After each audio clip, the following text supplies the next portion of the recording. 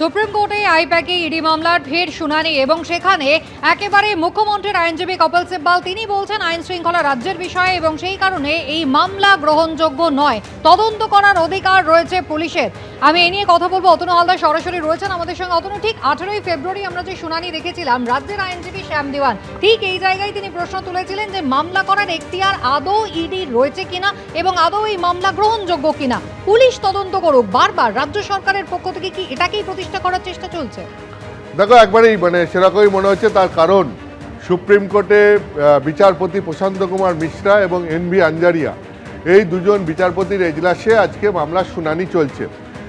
মামলাটা কি? মামলাটা হচ্ছে যে ইডি যে আইপ্যাকের অফিসে কয়লা পাচারের টাকার সন্ধানে তল্লাশি করতে গেছিল এবং আইপ্যাকের যে অধিকর্তা প্রতীক জৈন তার বাড়িতে যে তল্লাশি করতে গেছিল এবং অভিযোগ ওঠে সেই তল্লাশি চলাকালীন মুখ্যমন্ত্রী পুলিশ প্রশাসনের কর্তা ব্যক্তিদের নিয়ে গিয়ে ইডির তল্লাশি চলাকালীন সেখানে তিনি হানা দেন এবং শুধু তাই নয়, ইডি যে সমস্ত নথিপত্র সংগ্রহ করেছিল সেগুলো তাদের কাছ থেকে জোর করে ছিনিয়ে নিয়ে তিনি চলে যান। এখন এই হচ্ছে মূলত মামলার বিষয়বস্তু, যে মামলায় ইডি সুপ্রিম কোর্টের দ্বারস্থ হয়েছে সিবিআই তদন্ত চেয়ে। ইডি এইভাবে তাদের যে তদন্ত বাধাপ্রাপ্ত হওয়া এবং সেখান থেকে নথিপত্র মুখ্যমন্ত্রী জোর করে নিয়ে চলে গেছেন, এই অভিযোগে সিবিআই তদন্ত চেয়ে সুপ্রিম কোর্টের দ্বারস্থ হয়েছে। সুপ্রিম কোর্টে এই মামলার শুনানি চলছে, আজকে এই মুহূর্তে মামলার শুনানি চলছে এবং এর আগে যেদিন মামলার শুনানি হয় সেদিনকে মূলত রাজ্যের তরফ থেকে আইনজীবী শ্যাম দেওয়ান তিনি মূলত দুটো পয়েন্টে সওয়াল করেন। এক হচ্ছে যে এই মামলাটা এই 2 সদস্যের বেঞ্চে শোনার জন্য নয়, এটা যেহেতু সাংবিধানিক একটা বিষয় তাই এইটা 5 সদস্যের বেঞ্চে শুনতে হবে। তার কারণ হচ্ছে এখানে রাজ্য এবং কেন্দ্রের একটি সংস্থা, তাদের মধ্যে এই লড়াই চলছে, ফলে এই মামলা 2 সদস্যের বেঞ্চে নয় 5 সদস্যের বেঞ্চে এটাকে শুনতে হবে। 2 হচ্ছে এই মামলার গ্রহণযোগ্যতা নেই, ইডি এই মামলা করতে পারে না, এই মামলা কেন্দ্র সরকারকে করতে হবে, তবে এই মামলা গ্রহণ করা যাবে। এটা ছিল রাজ্যের তরফ থেকে সওয়াল আগের দিন। আজকে মুখ্যমন্ত্রীর আইনজীবী কপিল সিব্বল তিনি যেটা সওয়াল করছেন যে এই যে অভিযোগ করা হচ্ছে এই অভিযোগের তদন্ত সিবিআই নয়, এই অভিযোগের তদন্ত করতে দিতে হবে কাকে? এই অভিযোগের তদন্ত করতে দিতে হবে রাজ্য পুলিশকে, কারণ আইন শৃঙ্খলা রাজ্যের দায়িত্বের মধ্যে পড়ে, ফলে রাজ্যকে এই মামলার তদন্ত করতে দিতে হবে। এইটা হচ্ছে আজকে কপিল সিব্বল মুখ্যমন্ত্রীর আইনজীবী তার মূলত সওয়াল। এখানে আজকে যেটা দেখতে হবে সেটা হচ্ছে বিচারপতি প্রশান্ত কুমার মিশ্র একটা প্রশ্ন তুলেছেন, যেটা হচ্ছে খুব বেসিক প্রশ্ন। প্রশ্নটা কি? যে অভিযোগ কার বিরুদ্ধে? অভিযোগ মুখ্যমন্ত্রীর বিরুদ্ধে। রাজ্য পুলিশ প্রশাসনের মাথায় কে রয়েছেন? মুখ্যমন্ত্রী রয়েছেন। তাহলে তিনি প্রশ্ন তুলেছেন যে মুখ্যমন্ত্রীর বিরুদ্ধে অভিযোগ হচ্ছে যে ইডির তদন্ত চলাকালীন তিনি জোর করে ঢুকে সেখান থেকে নথিপত্র ছিনিয়ে নিয়ে গেছেন। তাহলে যে মুখ্যমন্ত্রী রাজ্যের পুলিশ প্রশাসনের মাথায় রয়েছে সেই পুলিশ প্রশাসন কি করে এই মামলা তদন্ত গ্রহণ করবে? সেই পুলিশ প্রশাসনকে দিয়ে এই মামলার তদন্ত করা কি আদৌ সম্ভব? এই প্রশ্নটাই তিনি তুলেছেন। তিনি বিচারপতি প্রশান্ত কুমার মিশ্র যেটা বলেছেন যে আপনি বলছেন মুখ্যমন্ত্রী ইডির তদন্তে জোরপূর্বক হস্তক্ষেপ করেছেন বলে অভিযোগ করা হচ্ছে, আর ইডিকে প্রতিকার হিসাবে পরামর্শ দেওয়া হচ্ছে যে আপনারা রাজ্য সরকারের কাছে যান যার নেতৃত্বে রয়েছে মুখ্যমন্ত্রী।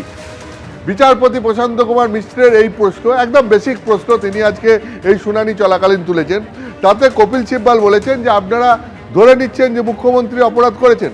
তাতে বিচারপতি প্রশান্ত কুমার মিশ্র বলেন যে আমরা কোনো কিছুই অনুমান করছি না, এটা একটা অভিযোগ, প্রতিটা অভিযোগই কিছু না কিছু তথ্যের ওপর ভিত্তি করে গড়ে ওঠে, তাই কোনো তথ্য প্রমাণ যদি না থাকে তাহলে তদন্তের প্রয়োজনই থাকে না।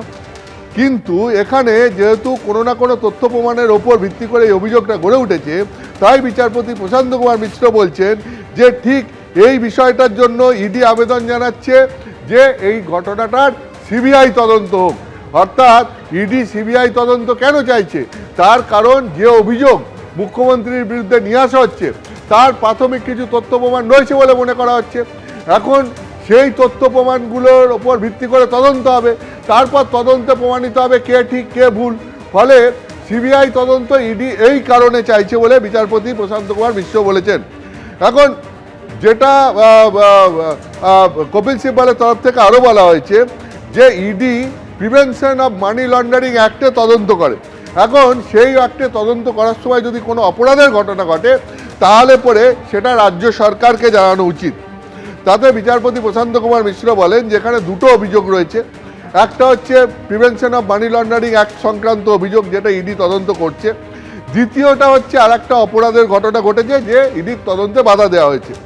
ইডির অভিযোগ অনুযায়ী যে এই prevention of money laundering act অনুযায়ী যখন তারা তদন্ত চালাচ্ছিলেন তখন তাদেরকে বাধা দেওয়া হয়েছে, ঠিক আছে। ফলে এখানে কিন্তু prevention of money laundering act নিয়ে মামলা হচ্ছে না। এখানে যে মামলাটা হচ্ছে যে প্রিভেনশন অফ মানি লন্ডারিং অ্যাক্টের তদন্তে ইডি যখন গেছিল আইপ্যাকের অফিসে বা তার কর্ণাধর প্রতীক জৈনের বাড়িতে, সেখানে তারা যে বাধাপ্রাপ্ত হয়েছিলেন মুখ্যমন্ত্রীর দ্বারা, সেই অভিযোগের ভিত্তিতে তারা সিবিআই তদন্ত চাইছেন এবং মামলার বিচার্য বিষয় হচ্ছে সেটা। এক্ষেত্রেও যেটা কপিল সিব্বালের বক্তব্য যে এই ক্ষেত্রেও কিন্তু এই মামলার তদন্ত যাওয়া উচিত রাজ্য সরকারের কাছে, বিষয়টা রাজ্য সরকারকেই জানানো উচিত, যেখানে ইডি সিবিআই তদন্ত চাইছে। এতে বিচারপতি প্রশান্ত কুমার মিশ্র বলেছেন যে শুধু আপনি ইডির বিষয়টা ভাববেন না, ইডির আধিকারিকরা, কারণ এখানে মামলা যে হয়েছে দুটো মামলা হয়েছে, একটা ইডি নিজে করেছে, একটা ইডির যে আধিকারিকরা বাধাপ্রাপ্ত হয়েছিলেন তারা করেছিলেন। ফলে যেটা বিচারপতি প্রশান্ত কুমার মিশ্র বলছেন যে ইডির আধিকারিকদের যে প্রসঙ্গ, তাদের যে বাধাপ্রাপ্ত হওয়ার অভিযোগ, সেইটা নিয়েও আপনি সওয়াল করুন, কারণ তাদের অভিযোগ সম্পর্কে আপনার কি বলার আছে বলুন, কারণ তাদের মৌলিক অধিকার খর্ব করা হয়েছে এবং তাদেরকে আক্রমণ করা হয়েছে বলে তারা অভিযোগ করছেন।